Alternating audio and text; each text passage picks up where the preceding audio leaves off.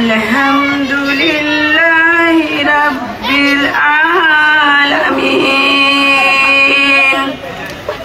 মালিক ইয়াউমিদ্দিন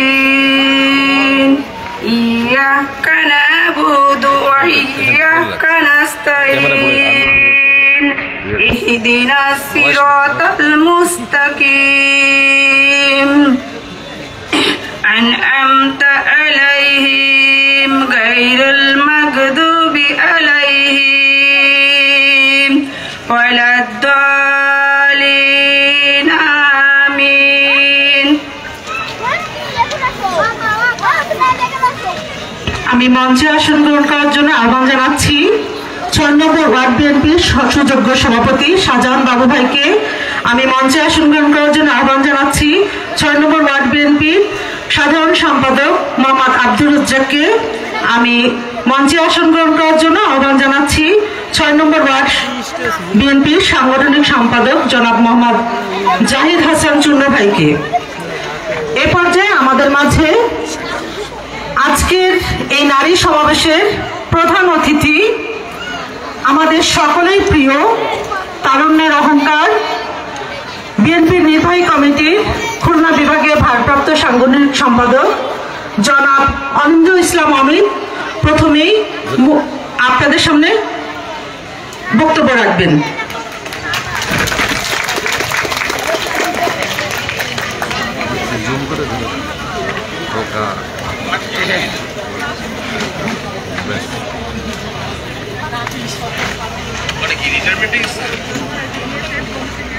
Very good.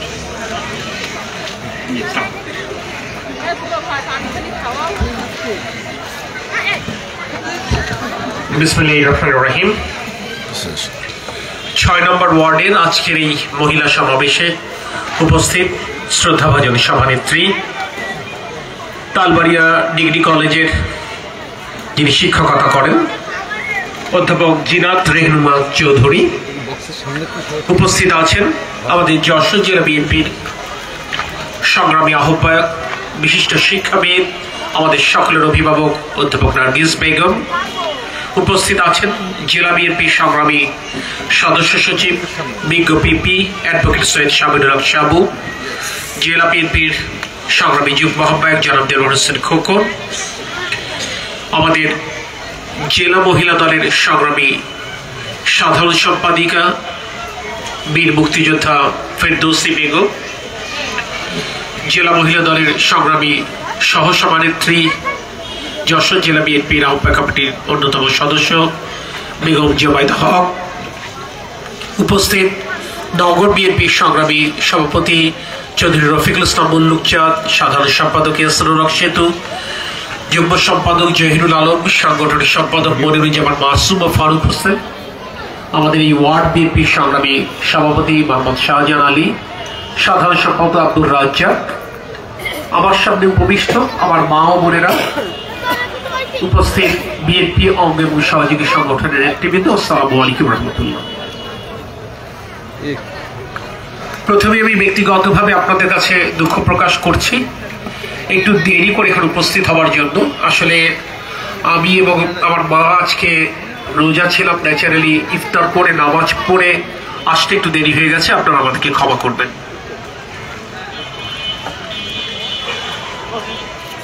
আজকে বসে পড়তে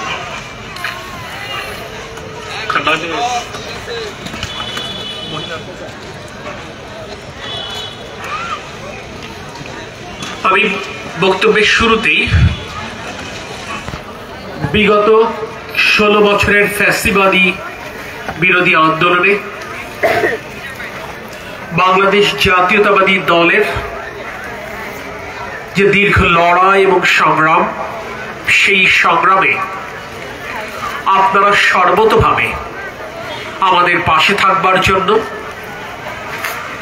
অগাস্ট বিপ্লব পরবর্তী সময়ে আপনাদের কাছে উপস্থিত হওয়ার মূল কারণটি হচ্ছে ব্যক্তিগতভাবে আমার পক্ষ থেকে এবং আমার দল বাংলাদেশ জাতীয়তাবাদী দলের ভারপ্রাপ্ত চেয়ারম্যান দেশনায়ক তারেক রহমানের পক্ষ থেকে আনুষ্ঠানিকভাবে কৃতজ্ঞতা প্রকাশ করতে আসা। আমরা বাংলাদেশ জাতীয়তাবাদী দল বিএনপির পক্ষ থেকে আপনাদের সকলের প্রতি গভীর কৃতজ্ঞতা প্রকাশ করছি। এই দীর্ঘ ফ্যাসিবাদ বিরোধী আন্দোলনে বাংলাদেশ জাতীয়তাবাদী দলের পাশে থাকবার জন্য, সাথে থাকবার জন্য, সাহস যোগাবার জন্য। আমার এই কথাটি অনেকের কাছে একটু ভিন্ন শোনাচ্ছে, হয়তোবা নিজের মনে হয়তোবা প্রশ্ন জাগছে যে গত 16 বছরে আমি তো মনে পড়ে না যে কোনো মিছিলে অংশ নিয়েছি, আমার তো কখনো মনে পড়ে না যে আমি পুলিশের দ্বারা শারীরিক নির্যাতনের শিকার হয়েছি, আমার তো মনে পড়ে না আমি কোনো মিথ্যা মামলায় জড়িয়েছি, আমি এই 16 বছরে হাসিনা বিরোধী আন্দোলনের সরাসরি কিছু করেছি বলে তো আমার মনে পড়ে না। তাহলে কেন তারেক রহমান আনুষ্ঠানিকভাবে আমাকে ধন্যবাদ জানাচ্ছে, কিংবা কেন আমার প্রতি কৃতজ্ঞতা প্রকাশ করবার জন্য বিএনপি নেতৃবৃন্দকে আমার কাছে পাঠিয়েছে? এই প্রশ্ন হয়তো এখানে উপস্থিত আমার অনেক মা বোন, অনেক ভাবি, এখানে যারা আমার খালা ফুপু সমগোত্রীয় আছেন, তাদের অনেকেরই হয়তো এই প্রশ্নটি আসছে। আমি একটু স্পষ্ট করে বলতে চাই, দীর্ঘ 16 বছরের এই আন্দোলনে বাংলাদেশ জাতীয়তাবাদী দলের 700-র উপর নেতা গুম হয়ে গেছে। তারা আজও তার পরিবারের কাছে ফেরত আসেনি। তাদের সন্তান জানে না তার বাবা বেঁচে আছেন কিনা। এই 16 বছর আন্দোলন করতে যে আমার 5000-এর উপর সহকর্মী খুন হয়েছে। এই যশোর জেলাতেই প্রায় শতাধিক রাজনৈতিক সহকর্মীকে আমরা হারিয়েছি গত 16 বছর, শুধুমাত্র বাংলাদেশের জনগণের ভোটের অধিকার চাইবার অপরাধে। এই 16 বছরে সারা বাংলাদেশে আমাদের 50 লক্ষ নেতাকে 60 লক্ষ নেতাকে মিথ্যা মামলায় জড়ানো হয়েছে, যাদের প্রত্যেকেই কম করে হলেও 2 বার কারাগার ঘুরে এসেছে। এই মানুষগুলো কারা?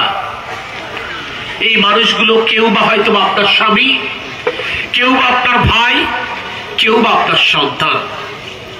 আর এই লড়াই করে মহান সৃষ্টিকর্তার অশেষ কৃপায় আমরা আজও যারা সুস্থ জীবন যাপন করছি, আমরা যেমন মহান আল্লাহ রাব্বুল আলামিনের দরবারে কৃতজ্ঞতা প্রকাশ করি, শুকরিয়া আদায় করি, একইভাবে আমরা আপনাদের প্রতি কৃতজ্ঞতা প্রকাশ করি এই কারণে, কারণ আমরা বিশ্বাস করি আপনাদের দোয়া, আপনাদের প্রার্থনা এবং আপনাদের ভালোবাসায় আমাদের শক্তির মূল জায়গাটি ছিল। গত 16 বছরে তো আমাদের সাথে প্রশাসন ছিল না, গত 16 বছরে তো আমাদের সাথে কোন শক্তি যোগান দেবার মতো এই সমাজে কোন শক্তিশালী কোন ব্যক্তি কিংবা প্রতিষ্ঠান পাশে দাঁড়ায়নি। আমাদের রাজনীতি তো কখনো দুর্বৃত্তায়নে বিশ্বাসী ছিল না যে আমাদের সাথে মাসুল পাওয়ার থাকবে। আমার দল তো কখনো দুর্নীতি কিংবা অপশাসনে বিশ্বাসী নয় যে আমার দলের কোন নেতাকর্মীর কাছে অঢেল অর্থ থাকবে। তাহলে আমাদের শক্তির জায়গাটা ছিল একান্তই বাংলাদেশের জনগণ, যেই জনগণের প্রতিনিধিত্ব আপনারা এখানে যারা বসে আছেন আমার মা বোনেরা করছেন। আমরা যারা পুরুষ রাজপথে লড়াই করেছি, আমরা যারা সংগ্রাম করেছি, আমাদের শক্তির পেছনে প্রতিটি পরিবারে একজন করে মা ছিলেন, কিংবা একজন স্ত্রী, কিংবা একজন বোন, কিংবা কোনোভাবে একজন নারী ছিলেন। মাসের পর মাস যখন একজন পুরুষ রাজনৈতিক মামলা জড়িয়ে পালিয়ে বেড়াচ্ছে কিংবা কারাগারে রয়েছে, ওই সংসারটা কে বা কারা চালিয়েছে? এই আপনারাই চালিয়েছেন। হয়তোবা আপনাদের সঞ্চিত অর্থ ভেঙে কিংবা আত্মীয় স্বজনের কাছে হাত পেতে। আমরা অধিকাংশই গত 16 বছর আমাদের সন্তানেরা কি পড়ছে, কেমন ফলাফল করছে, এইটুকু খোঁজবার জানবার সুযোগ পাইনি। আমাদের সন্তানদেরকে এই 16 বছরে কারা বড় করেছে, কারা মানুষ করেছে? এই আপনারা, আমার মা বোন স্ত্রী ভাবি, আপনারাই করেছেন। আমাদের এই সংকটময় মুহূর্তে আমরা পালিয়ে বেরিয়েছি, নিজের বাড়িতে থাকতে পারিনি, কিন্তু ভিন্ন কোনো বাড়ি তো আমাদেরকে আশ্রয় দিয়েছে। সেই বাড়িতে রাত 2টোর সময় আমাদেরকে গরম খাবার রান্না করে কে দিয়েছে? এই আপনাদের মতো কোনো নারী সদস্যই সেটি করে দিয়েছে। যখন পুলিশ তন্ন তন্ন করে আমার ছাত্র দল, যুব দল, স্বেচ্ছাসেবক দলের ভাইদেরকে খুঁজে বেড়াচ্ছে, হয়তোবা সেই পরিবারে কোনো পুরুষ সদস্য নেই, সেই পরিবারে একান্তই নারীরা আছেন ছোট বাচ্চাদেরকে নিয়ে। আপনারা সেই রাতের আধারে আমাদেরকে লুকিয়ে রেখেছেন আইন শৃঙ্খলা বাহিনীর হাত থেকে। আমাদের শরীরে মানুষ এবং আমাদের শরীরে জাতীয়তাবাদী আদর্শে বহমান বলে আমরা সেই সংকটময় মুহূর্তে, সংকটকালী সময়ে আপনাদের এই অবদানের কথা আজও ভুলিনি, কোনোদিন ভুলতেও পারবো না। আর সেই কারণে আমরা আজকে এসেছি আনুষ্ঠানিকভাবে আপনাদের প্রতি কৃতজ্ঞতা প্রকাশ করবার জন্য। আওয়ামী লীগের ফ্যাসিবাদ চক্রের কারণে যখন দ্রব্য মূল্যের উচ্চ গতি, যখন চাল, ডাল, তেল সবকিছু মূল্য বাড়ছে, যখন এই অঞ্চলের নিম্নবিত্ত মানুষের সংসার পরিচালনা করা কঠিন হয়ে যাচ্ছে, আপনাদের স্বামী সন্তানের উপার্জিত অর্থ দিয়ে যখন সংসার চালানো যাচ্ছে না, তখন আপনার স্বামী সন্তান তার উপার্জিত সেই সামান্য অর্থটিকে আপনার হাতেই তুলে দিয়েছিল। প্রতিদিনের লড়াইটি রান্নাঘরে কিংবা প্রতিদিনের বাজারের লড়াইটি আপনাকে, অর্থাৎ আপনাদের মতো নারীদেরকেই করতে হয়েছে। আওয়ামী লীগের এই অত্যাচার নিপীড়নের শিকার আপনাদেরকে কেন হতে হয়েছে? কারণ বললাম, আপনাদের কারো স্বামী অত্যাচারিত হয়েছে, আপনাদের কারোর ভাই মিথ্যা মামলায় জড়িয়েছে, তাই প্রতিদিন নামাজের পার্টিতে কিন্তু আপনাদেরকেও সৃষ্টিকর্তার দরবারে প্রার্থনা করতে হয়েছে এই ফ্যাসিবাদের পতন কামনায়। তাই আপনাদের অবদানের কথা আমরা ভুলিনি। আপনাদের শুধু একটি কথা, এই 16 বছরে আমরা যেমন লড়াই করেছি, আমাদের যেমন ত্যাগ ছিল, আমাদের যেমন শ্রম ছিল, আমি মনে করি আপনারও নীরবে প্রতিদিন প্রতি মুহূর্তে লড়াই করে গেছেন এই ফ্যাসিবাদ বিরোধী আন্দোলনের সাথী হয়ে।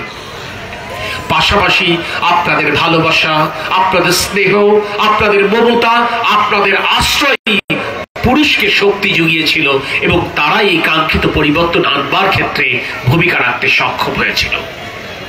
এখানে যারা উপস্থিত আমি জানি সকলে যে বাংলাদেশ জাতীয়তাবাদী দলের আদর্শে বিশ্বাস করেন তেমনটি নয়, কিন্তু তারপরেও আমরা নারীদেরকে সম্মান জানাতে এখানে এসেছি। কারণ বাংলাদেশ জাতীয়তাবাদী দল বিএনপি তো সুস্পষ্টভাবে বারংবার বলেছিল যে শেখ হাসিনা নিছক কোন স্বৈর শাসক কিংবা একনায়ক নন, তিনি একজন ফ্যাসিস্ট এবং বাংলাদেশ শুধু নয় সারা বিশ্বের ইতিহাস সাক্ষ্য দেয় ফ্যাসিস্টের পতন কোন একক রাজনৈতিক দলের পক্ষে সম্ভব নয়। যখন সকল রাজনৈতিক দল এক কাতারে আসে, যখন সকল শ্রেণী পেশার মানুষ এক কাতারে আসে, তখনই পরিবর্তন সম্পন্ন হয়, যেটি জুলাই আগস্টের ছাত্র জনতার আন্দোলনের মাধ্যমে আমরা সেটি প্রত্যক্ষ করতে সক্ষম হয়েছি। যেই ছাত্ররা সেদিন রাজপথে নেমেছিল, সেই ছাত্রদের সাথে ঢাল হয়ে তার মা, তার বোন কিংবা তার বাবা দাঁড়িয়েছিল। যে রিকশালাটি সংসার চালাতে কষ্ট হয় কিংবা যার উপার্জিত অর্থ ছিনতাইকারী কেড়ে নেয়, সে ওই প্রতিবাদ মিছিলে শরিক হয়েছিল। যে শ্রমিকরা তার ন্যায্য মূল্য পায় না, যে কৃষক তার উৎপাদিত পণ্যের ন্যায্য মূল্য থেকে বঞ্চিত, সেই শ্রমিক কিংবা সেই কৃষকও কিন্তু সেই দিনে ছাত্র আন্দোলনে শরিক হয়েছিল বলেই আজকে আমরা বলি ছাত্র জনতার গণ অভ্যুত্থানের মাধ্যমে কাঙ্ক্ষিত পরিবর্তনটি আমরা পেয়েছি। কিন্তু কাঙ্ক্ষিত পরিবর্তন কি আমরা আদৌ পেয়েছি? যে পরিবর্তনের স্বপ্ন গত 16 বছর আমরা দেখেছি, যেই পরিবর্তনের জন্য আমরা প্রতি মুহূর্ত অপেক্ষা করেছি, যেই পরিবর্তনের জন্য আমরা আমাদের এত সহজে রক্ত বিসর্জন দিয়েছি, সেই পরিবর্তন আজও বাংলাদেশের মানুষ প্রত্যক্ষ করেনি। কারণ বাংলাদেশের মানুষ যে পরিবর্তন চায় সেটি হচ্ছে আবারও তারা একটি গণতান্ত্রিক রাষ্ট্র দেখতে চায়, একটি গণতান্ত্রিক সরকারের দ্বারা তারা পরিচালিত হতে চায়। কারণ তারা জানে গণতান্ত্রিক সরকারই পারে তাদের গণতান্ত্রিক অধিকার সমুন্নত রাখতে। গণতান্ত্রিক অধিকারটি কি? আপনার সন্তান পড়ালেখা শেষ করে তার যোগ্যতা অনুযায়ী, তার মেধা অনুযায়ী সরকারি চাকরিতে জায়গা করে নেবে। সরকারি চাকরিতে জায়গা করে নেওয়ার জন্য আপনাদেরকে লক্ষ টাকা ঘুষ দিতে হবে না। কারণ আপনারা কি চান? এই সরকারি হাসপাতালগুলোতে আপনারা যখন যাবেন তখন যেন ডাক্তাররা আপনাদেরকে যত্ন নিয়ে দেখে এবং সরকারি যে বরাদ্দ, সেই বরাদ্দকৃত ওষুধ যেন আপনারা বিনামূল্যে পেতে পারেন। আপনারা কি চান?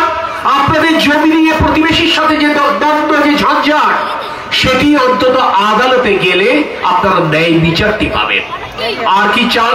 এই অঞ্চলে সন্ত্রাস এবং মাদকের যে রমরমা ব্যবস্থা, এর থেকে আপনারা একটি পরিত্রাণ চান। আপনারা চান আইন শৃঙ্খলা বাহিনী এখানে দায়িত্বশীল ভূমিকা পালন করবে। যারা এখানে সন্ত্রাস করে, যারা মাদকের ব্যবসা করে, তাদেরকে আইনের আওতায় তারা নিয়ে আসবে। এটি তো আপনাদের চাওয়া।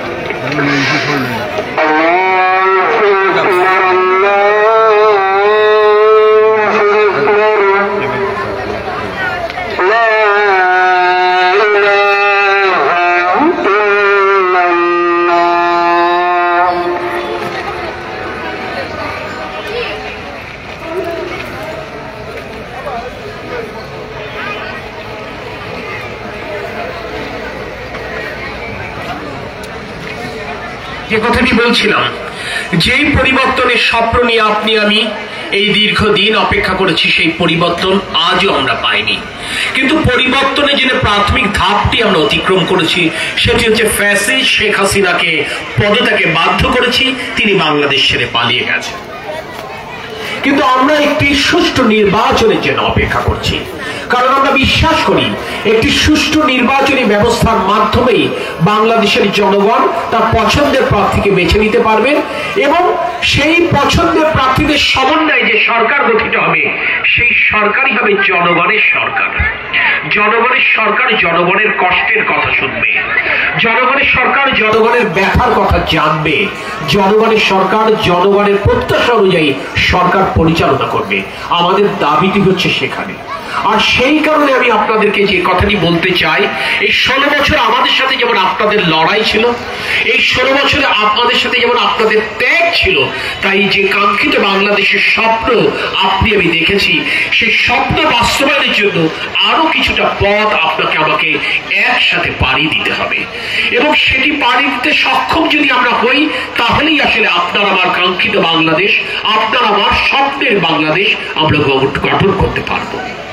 দেখেন, 16 বছর আগে বাংলাদেশ জাতীয়তাবাদী দলের যিনি নেত্রী ছিলেন বেগম খালেদা জিয়া, এই ঈদগাহ ময়দানে যশোরবাসীকে ঘোষণা দিয়েছিলেন তিনি যশোরে মেডিকেল কলেজ করবেন। তরিকুল ইসলাম যশোরবাসীর পক্ষ থেকে বেগম খালেদা জিয়ার কাছে মেডিকেল কলেজের আহ্বান জানিয়েছিলেন। বেগম খালেদা জিয়া যশোরে মেডিকেল কলেজ করবার ঘোষণা দিয়েছিলেন লাখো জনতার উপস্থিতিতে। বেগম খালেদা জিয়া ক্ষমতা থেকে যাবার আগে যশোর মেডিকেল কলেজের ফাইলটি অনুমোদন করে দিয়েছেন এবং যশোর মেডিকেল কলেজের জন্য অর্থ বরাদ্দের প্রাথমিক ধাপটিও বিএনপি আমলে শেষ হয়। অথচ এই 16 বছরে যশোর মেডিকেল কলেজ হাসপাতাল তৈরি হলো না।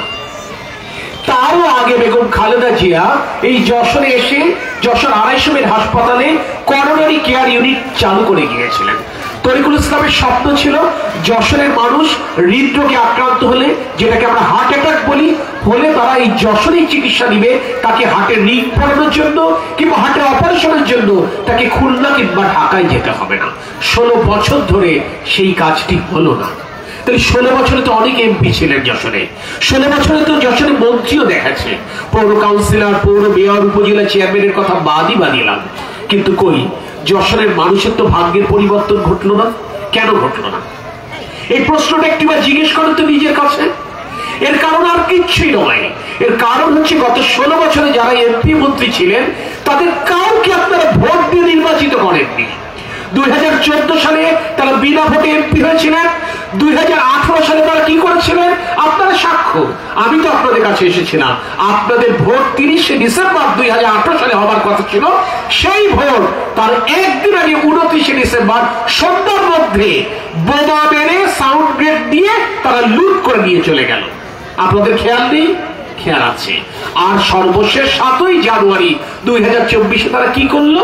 তারা ডামি নির্বাচন করলো, অর্থাৎ আওয়ামী লীগ বিভিন্ন মার্কা দিয়ে তারা এই নাটক এবং খেলায় অবতীর্ণ হলো। যেই ব্যক্তি আপনার ভোটে নির্বাচিত নয় সেই ব্যক্তি আপনার প্রতি কোনো দায়বদ্ধতা থাকে না। যেই সরকার আপনার ভোটে নির্বাচিত নয় সেই সরকারের আপনার প্রতি কোনো দায়বদ্ধতা থাকে না, দায়বদ্ধতা থাকে না এবং ছিল না বলেই 16 বছর এখানে যশোর মেডিকেল কলেজ হাসপাতাল এর কাজ আজ পর্যন্ত শুরু হয়নি। 16 বছরে করোনারি কেয়ার ইউনিট পূর্ণাঙ্গ রূপ লাভ করেনি। প্রিয় মা ও বোনেরা, আমরা এই অবস্থার পরিবর্তন চাই। আমরা চাই এই 6 নম্বর ওয়ার্ড, এই রায়পাড়া, এই অঞ্চল মাদক মুক্ত হবে। আমরা চাই এই অঞ্চল সন্ত্রাস মুক্ত হবে। এই অঞ্চলে বসবাস করবার অপরাধে সমাজের কোন মানুষ আপনাদেরকে তুচ্ছ তাচ্ছিল্য করবে না, আপনাদেরকে কোনো ছোট ভাবে বিবেচনা করবে না। আপনারও চান না আপনারা সন্তানরা ভালো পড়ালেখা করুক? চান কি চান না? আপনারও চান আপনাদের সন্তানেরা ভালো পড়ালেখা করুক, তারা মানুষের মতো মানুষ হোক, তারা বিশ্ববিদ্যালয়ে পাশ করুক, তারা ডাক্তার হোক, তারা ইঞ্জিনিয়ার হোক। কিন্তু এই অঞ্চলে যদি মাদকের রমরে বা বাণিজ্য চলে আর সন্ত্রাস যদি চলে তাহলে তো আপনার সন্তান বিপদে পরিচালিত হবে, সে তো ভালো মানুষ হওয়া তার জন্য কঠিন হবে। আমরা এই অবস্থার পরিত্রাণ চাই এবং আমরা বিশ্বাস করি এই অবস্থার পরিবর্তন একমাত্র একটি গণতান্ত্রিক সরকারই করতে পারে। তাই আমরা আজ আপনাদের কাছে এসেছি। গণতন্ত্রের জন্য যে দীর্ঘ লড়াই 16 বছরে, আমাদের এই লড়াই আজও শেষ হয়নি। আপনি আমি কেউ তৃপ্তির ঢেকুর তুলব না শেখ হাসিনা পালিয়ে গেছে বলে। শেখ হাসিনা পালিয়ে গেলেও শেখ হাসিনার দোসররা আজও কিন্তু যশোর সহ সারা বাংলাদেশের আনাচে কানাচে ঘুরে বেড়াচ্ছে, তাদের থেকে সতর্ক থাকতে হবে। 16 বছরে যে শেখ হাসিনার দোসর আওয়ামী লীগের গুন্ডারা আপনাদেরকে অত্যাচার করেছে, আপনাদেরকে নিপীড়ন করেছে, তারা যদি কেউ মনে করে আবার এই এলাকায় ফিরে এসে আপনাদেরকে জুলুম করবে, আপনাদেরকে নির্যাতন করবে, সেই স্বপ্ন আমরা কখনো সত্য হতে দেব না। এই ব্যাপারে আপনাদেরকে সতর্ক থাকতে হবে। যে কোনো সংকটে বাংলাদেশ জাতীয়তাবাদী দলের নেতা কর্মী, এখানে আমার ওয়ার্ড বিএনপি নেতৃবৃন্দ আছে, ছাত্র দল, যুব দল, স্বেচ্ছাসেবক দলের নেতৃবৃন্দ আছে, তাদেরকে অবহিত করতে হবে আওয়ামী লীগের কোন গুন্ডাটা লুকিয়ে লুকিয়ে আমার এলাকায় ফেরত এসেছে। এখানে আইন শৃঙ্খলা বাহিনীর সদস্যদেরকে জানাতে হবে কারা এসে আবারও আপনাদের উপর জুলুম করছে কিংবা ভয় দেখাবার চেষ্টা করছে। আমি বিশ্বাস করি প্রশাসনও আপনাদের পাশে দাঁড়াবে। প্রিয় মা ও বোনেরা, আমার বক্তব্য লম্বা করবো না। আমি শুধু আগামীর বাংলাদেশ, যে বাংলাদেশের জন্য আপনি আমি স্বপ্ন দেখছি, যে বাংলাদেশের জন্য আমরা অপেক্ষা করছি, সেই বাংলাদেশের আপনার আমার স্বপ্ন পূরণের জন্য আমাদের প্রিয় নেতা তারেক রহমানের দুটি ভাবনার কথা, দুটি ওয়াদার কথা, দুটি প্রত্যাশার কথা আমি বলতে চাই। সেটা কি? তারেক রহমান বলেছেন, আপনাদের নিশ্চয় স্মরণে আছে, বেগম খালেদা জিয়া প্রধানমন্ত্রী হবার পরে তিনি কি করেছিলেন? বিনামূল্যে স্কুলগুলোতে বই দেওয়ার ব্যবস্থা করেছিলেন। তার আগে সবাইকে এই বই কিনে পড়তে হতো স্কুলের বাচ্চাদেরকে। বেগম খালেদা জিয়া বিনামূল্যে বই দেওয়ার ব্যবস্থা করেছিলেন। আর কি করেছিলেন? মেয়েদের জন্য, মেয়ে বাচ্চাদের জন্য ইন্টারমিডিয়েট পর্যন্ত বিনা বেতনে পড়বার সুযোগ করে দিয়েছিলেন সরকারি স্কুলে। খেয়াল আছে আপনাদের? আজকে যে বিনা বেতনে যারা পড়ে, যে মেয়ে বাচ্চারা, এটা কিন্তু বেগম খালেদা জিয়ার অবদান। তারেক রহমান কি বলছে? যে কথাটি বললাম, আপনারা তো চান আপনাদের বাচ্চারা ভালো হোক, তারা মানুষের মতো মানুষ হোক, তারা ডাক্তার হোক, ইঞ্জিনিয়ার হোক। তারেক রহমান বলছেন, যদি জনগণের ভোটে, জনগণের সমর্থনে বিএনপি আগামীতে রাষ্ট্র পরিচালনার সুযোগ পায়, তাহলে মাস্টার্স পর্যন্ত মেয়ে বাচ্চাদেরকে বিনা বেতনে সরকারি শিক্ষা প্রতিষ্ঠানে পড়বার সুযোগ করে দেবেন। তারেক রহমান আরেকটি কথা বলেছে, অত্যন্ত গুরুত্বপূর্ণ কথা, আমার মা বোনেরা খেয়াল করবেন। তারেক রহমান বলেছে প্রান্তিক জনগোষ্ঠী অর্থাৎ যাদের সংসার চালাতে কষ্ট হয়, যাদের স্বামী, যাদের সন্তান, যাদের ভাইরা খুব বেশি অর্থ উপার্জন করেন না, কিন্তু সংসারে প্রয়োজন সেই উপার্জিত অর্থ দিয়ে মেটে না, তারেক রহমান চান রাষ্ট্র পরিচালনার সুযোগ তিনি যদি পান তাহলে আগামীতে এই ধরনের অসচ্ছল পরিবারকে সরকারের তরফ থেকে প্রতি মাসে 2 থেকে 5,000 পর্যন্ত একটি ভাতা দেবার ইচ্ছা প্রকাশ করেছেন। সেই ভাতাটা কিভাবে হবে? একটি পারিবারিক কার্ড তিনি চালু করতে চান। প্রতিটি পরিবার, অসচ্ছল পরিবারের জন্য একটি করে কার্ড থাকবে। সেই কার্ডের মাধ্যমে প্রতিটি পরিবারকে 2 থেকে 5,000 পর্যন্ত প্রয়োজন অনুযায়ী সরকার সহায়তা করবে। এই টাকা দিয়ে আপনি কি করতে পারবেন? আপনার সংসারের প্রয়োজন মেটাবেন। আপনার অসুস্থ স্বামী কিংবা আপনার শ্বশুর শাশুড়ি কিংবা আপনার বাবা মা যারা বেঁচে আছেন, যাদের ওষুধের টাকাটা আপনার সংসার খরচে দিয়ে ওষুধ কিনতে পারেন না, আপনারা তার জন্য ওষুধ কিনে দেবেন। আপনার মেয়ে বাচ্চাটা পড়ালেখা করে, সরকারি স্কুলে বেতন লাগে না, কিন্তু আপনি চান ওর জন্য একটি গৃহ শিক্ষক রাখতে যাতে করে সে আর একটু ভালো ফল করে, কিন্তু গৃহ শিক্ষকের বেতন দেওয়ার সামর্থ্য আপনার নেই। তারেক রহমান পারিবারিক কার্ডের মাধ্যমে আপনাকে সেই অর্থটুকু দিতে চান যাতে করে আপনি একজন গৃহ শিক্ষক রাখতে পারেন, যাতে করে এই উপার্জিত অর্থ, এই পারিবারিক কার্ড থেকে প্রাপ্ত অর্থ সঞ্চয় করে আপনি আপনার মেয়ের বিয়ের সময় খরচ করতে পারেন। এটি হচ্ছে তারেক রহমানের স্বপ্ন। আমরা বিশ্বাস করি আপনাদেরকে সাথে নিয়ে, আপনাদেরকে পাশে পেয়ে আমরা নিশ্চয়ই এরকম একটি স্বপ্নের বাংলাদেশ গড়তে সমর্থ হব। সকলে ভালো থাকবেন, সকলের উপর আল্লাহর রহমত কামনা করছি। সকলে গুরুত্বপূর্ণ কথা যেটি আমি মিস করেছি, এই সবকিছুর মূল যে বিষয়টি, পারিবারিক কার্ডটি আসলে কার নামে হবে? পারিবারিক কার্ড কিন্তু প্রতিটি পরিবারের মহিলাদের নামে হবে, কোন পুরুষের নামে কিন্তু এই কার্ডটি হবে না। অর্থাৎ এই কার্ড আমার কোনো ভাইয়ের নামে হবে না, আমার ভাবিদের নামে হবে। এই কার্ড আমার কোনো চাচাদের নামে হবে না, চাচিদের নামে হবে। এর নাম হচ্ছে নারীর ক্ষমতায়ন। টাকা সরকার সরাসরি ওই কার্ডের মাধ্যমে আপনার মোবাইলে কিংবা আপনার ব্যাংক অ্যাকাউন্টে পৌঁছে দেবে। ওই টাকার হক এবং অধিকার একান্ত আপনার হবে, আপনার পরিবারের কোনো পুরুষ সদস্যের হবে না। আর আমরা কি স্বপ্ন দেখি জানেন? আগামীতে এইরকম একটি নারী সমাবেশে যাতে করে এই মঞ্চে আমার মতো পুরুষ সদস্যের এখানে উপস্থিত না হওয়া লাগে। এই নারী সমাবেশ একান্ত নারীদেরকে নিয়ে হবে, মঞ্চে শুধু নারীরাই বসবেন, আমরা আপনাদের কথা শুনবো। আবার সেই স্বপ্নের বাংলাদেশ আপনাদেরকে সাথে নিয়ে গড়তে চাই। সকলে ভালো থাকবেন। আল্লাহ হাফেজ। বাংলাদেশ জিন্দাবাদ, বাংলাদেশ জাতীয়তাবাদী দল জিন্দাবাদ, শহীদ রাষ্ট্রপতি জিয়াউর রহমান বীরত্তম অমর হোক, দেশনেত্রী বেগম খালেদা জিয়া জিন্দাবাদ, আমাদের প্রিয় নেতা তারেক রহমান জিন্দাবাদ। আপনাদের যদি কোনো প্রশ্ন থাকে আপনার প্রশ্ন করবেন, আমাদের নেতৃবৃন্দ তার উত্তর দেবেন, এরপরে আমাদের নেতৃবৃন্দ দিয়ে একটি কথা বলে শেষ করবেন। ধন্যবাদ সকলকে।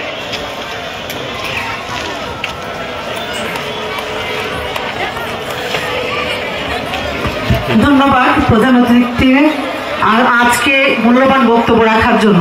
এ পর্যায়ে আপনারা আমাদের প্রধান অতিথিকে প্রশ্ন করবেন এবং আমাদের মাইক নিয়ে উনি চলে যাবেন এবং আমাদের প্রধান অতিথি আপনাদের প্রশ্নের উত্তর দিবেন।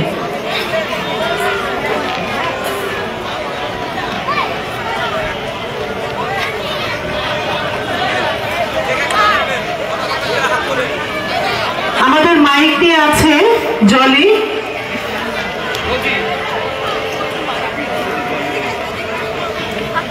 একটু হাত তুলবেন আপনারা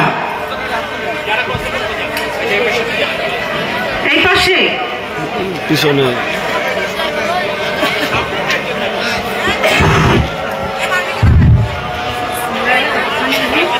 আসসালামু আলাইকুম স্যার, আমি এই নারী সমাবেশে চিকিৎসা স্বাস্থ্যের যে উন্নয়ন বিষয়ে কিছু প্রশ্ন করতে চাই। আপনার পিতা মরহুম তরিকুল ইসলাম যখন ছিলেন তখন আমাদের এই চিকিৎসার বিষয়ে বিপুল পরিমাণ উন্নয়ন করেছে। বিগত বিএনপি সরকার যদি ক্ষমতায় আসে সেক্ষেত্রে আপনারা এই চিকিৎসা বিষয়ে কি কি উন্নয়ন করবেন?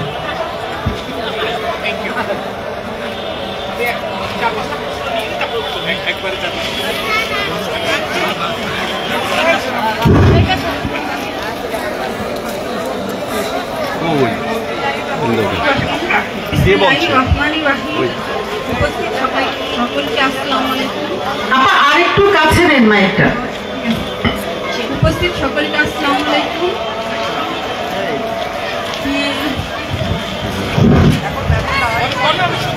বিএনপি সরকার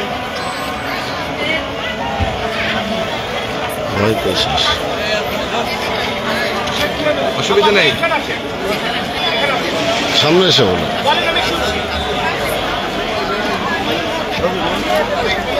ভয় করছে।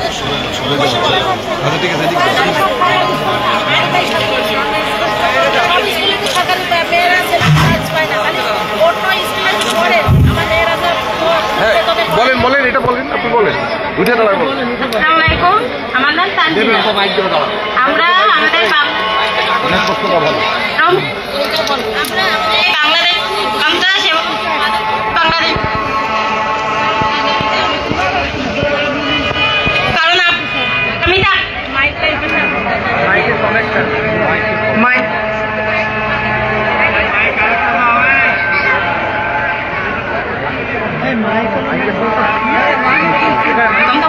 হ্যাঁ বলেন বলেন।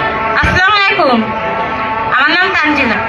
আমার সন্ত্রাস এবং করতে চাই আমাদের আগামী দিনে যেন কোনো সন্তান এবং কোনো মানুষ যেন সন্ত্রাস না হয় এবং মাদক থেকে দূরে থাকতে পারে এবং কোনো রকম অসুবিধা যাতে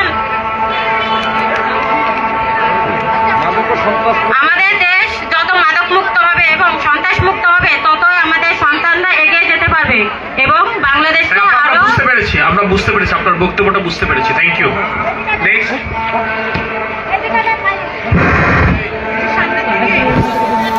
আসসালামু আলাইকুম।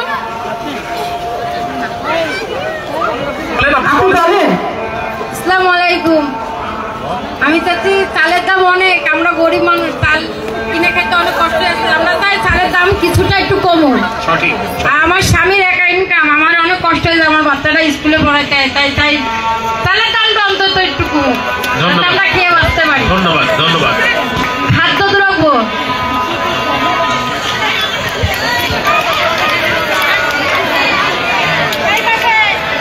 এই সামনের দিকে একজন পেছনে থাকেন, একজন মাঝখানে থাকেন। আমি চাই যে 80 টাকা কেজি চাল কিনে খাচ্ছি, একজনের আইতে 80 টাকা চাইলের কেজি কিনে পাচ্ছি না।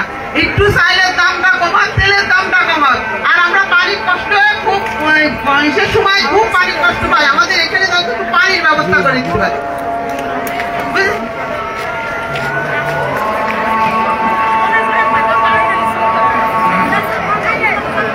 আসসালামু আলাইকুম। আমি বলতে চাই সরকারি স্কুল শহরের ভেতর সব সরকারি স্কুল না এবং সব ছেলে মেয়ে সরকারি স্কুলে চান্স পায় না। যেগুলো বেসরকারি স্কুলে পড়ালেখা করে ওদের ফুল বেতন দিয়ে পড়ালেখা করতে হয়, এইগুলো ব্যবস্থা দেখার জন্য আমি অনুরোধ করলাম।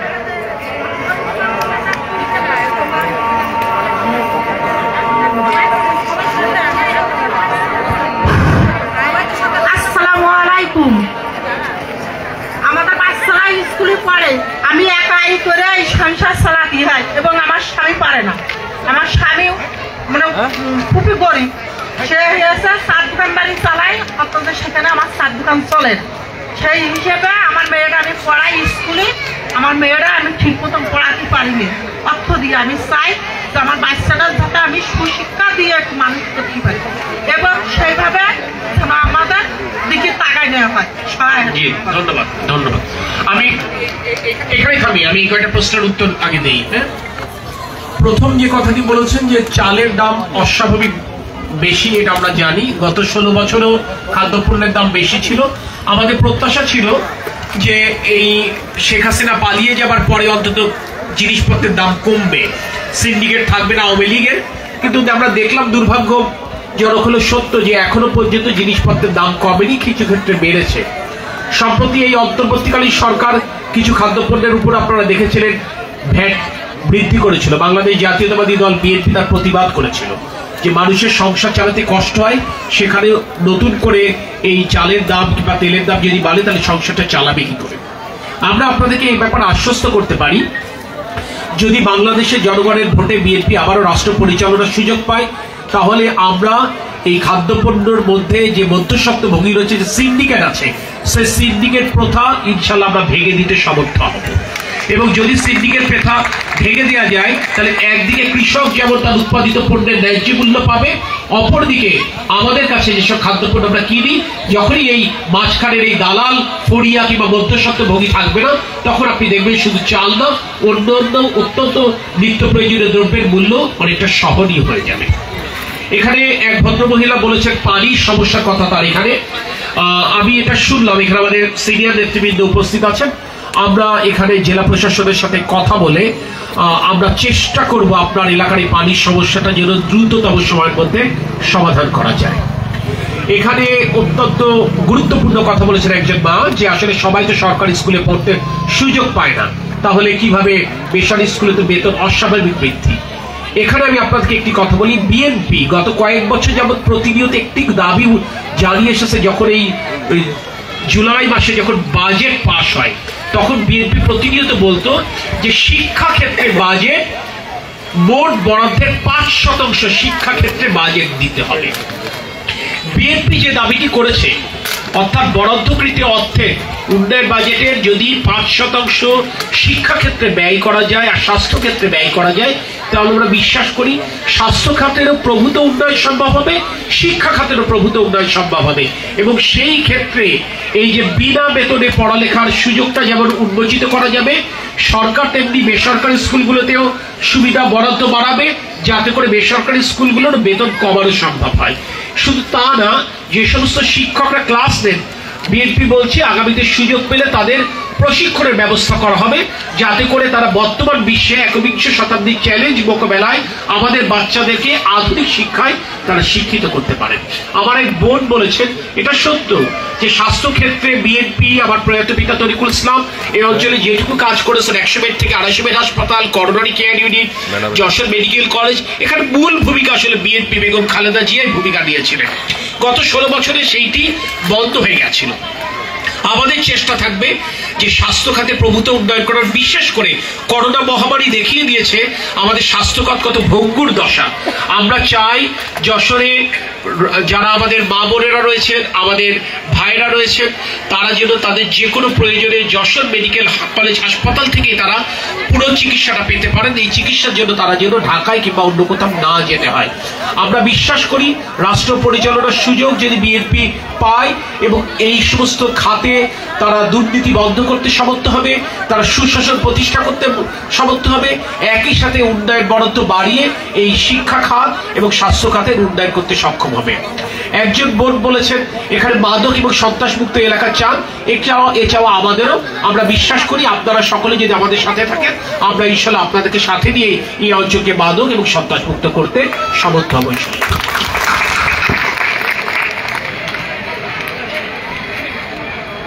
পাশে তো মসজিদ আছে, আমরা তাহলে সামু চাচাকে দেন, এরপরে আচ্ছা তাহলে মাকে দেন, তারপর সবার একটু কথা বলতে। ধন্যবাদ। আপনারা অনেক মূল্যবান কথা বলেছেন এবং আমাদের প্রধান অতিথি আপনাদের প্রশ্নের খুব সাবলীলভাবে উত্তর দিয়েছেন।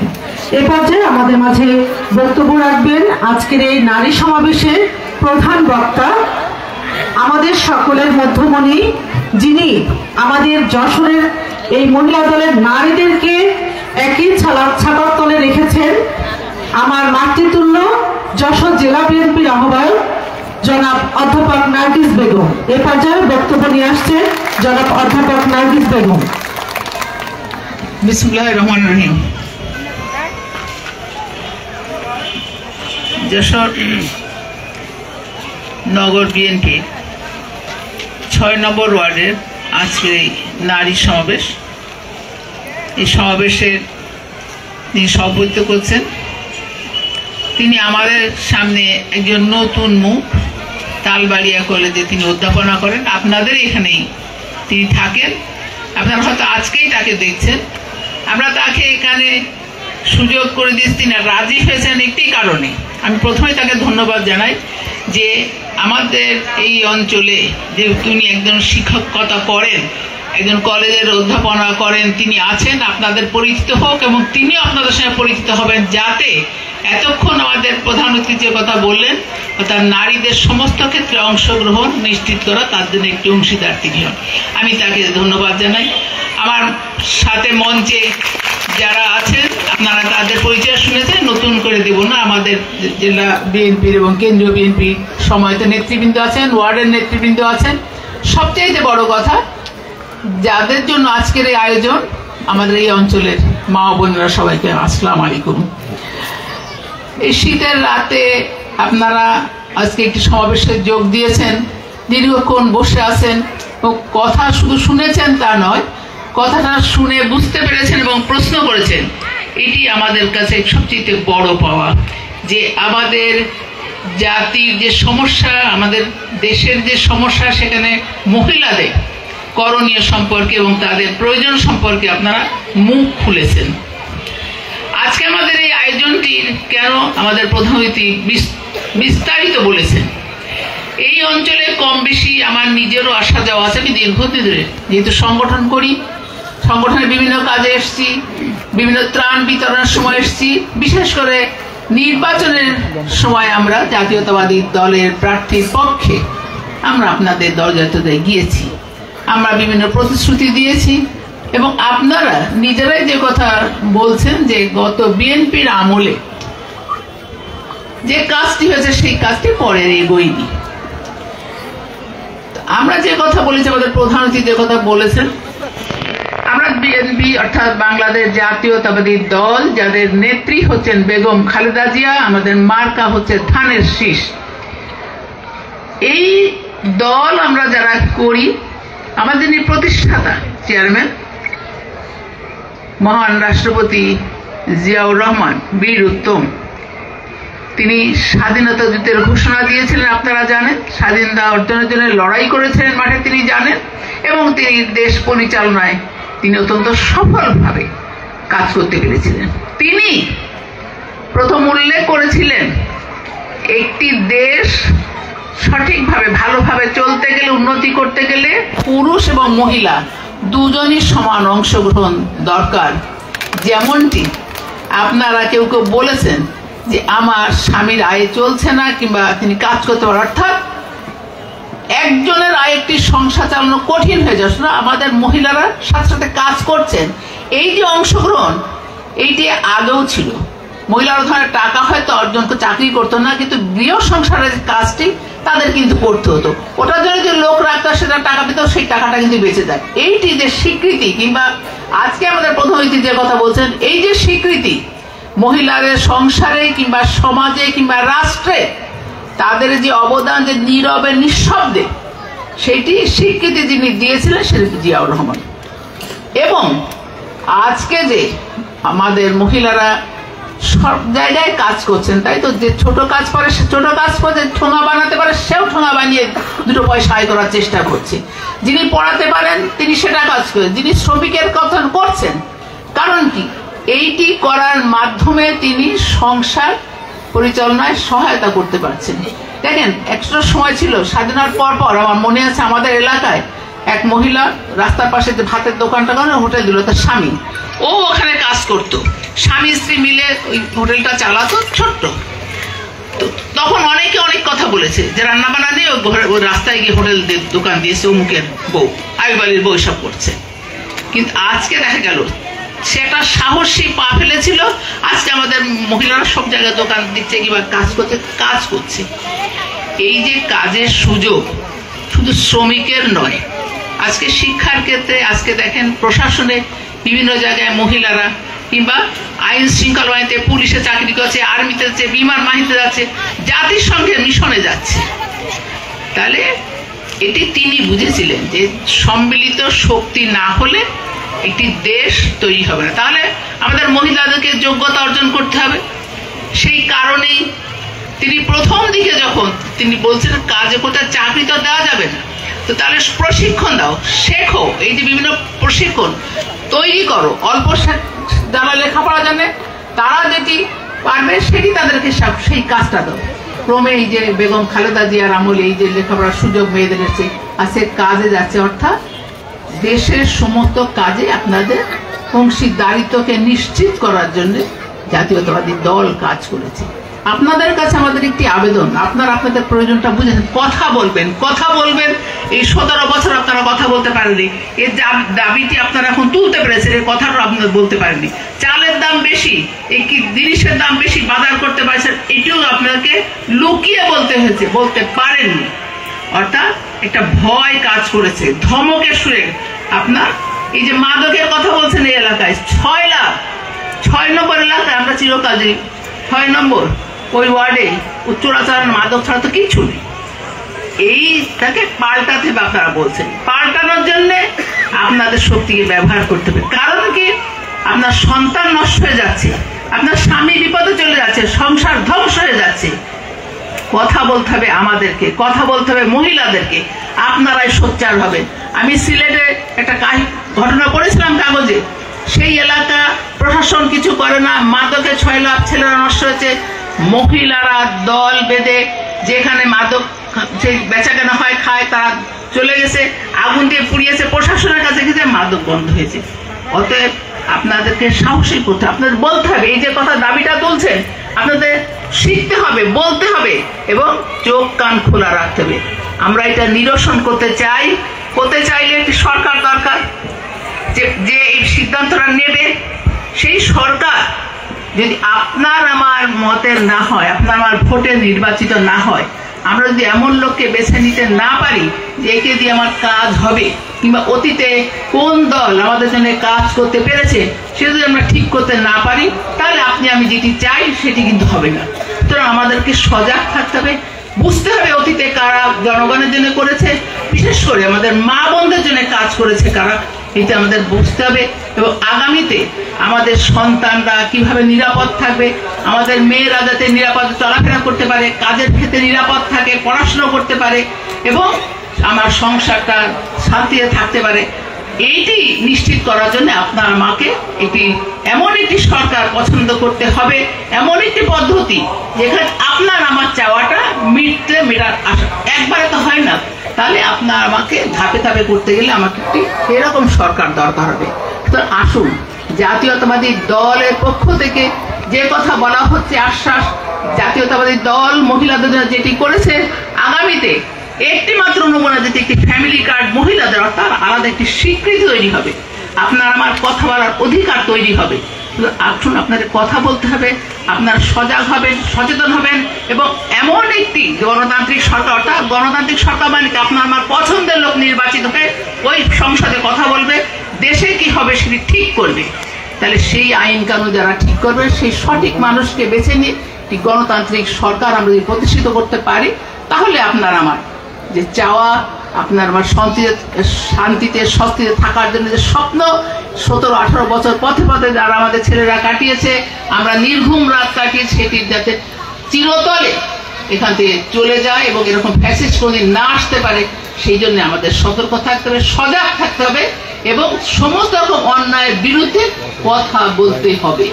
আসুন আমরা ভবিষ্যতে সেই প্রতিজ্ঞা নিয়ে যাতে আমরা কথা বলতে পারি আমাদের সকলের ভালোর জন্য, দেশের ভালোর জন্য, সেই চেষ্টা আমরা করবো। আগামীতে আপনাদের সঙ্গে আবারও দেখা হবে ইনশাল্লাহ, আবারও কথা হবে। আপনারা ডাকলে আমরা আসবো। সকলকে ধন্যবাদ।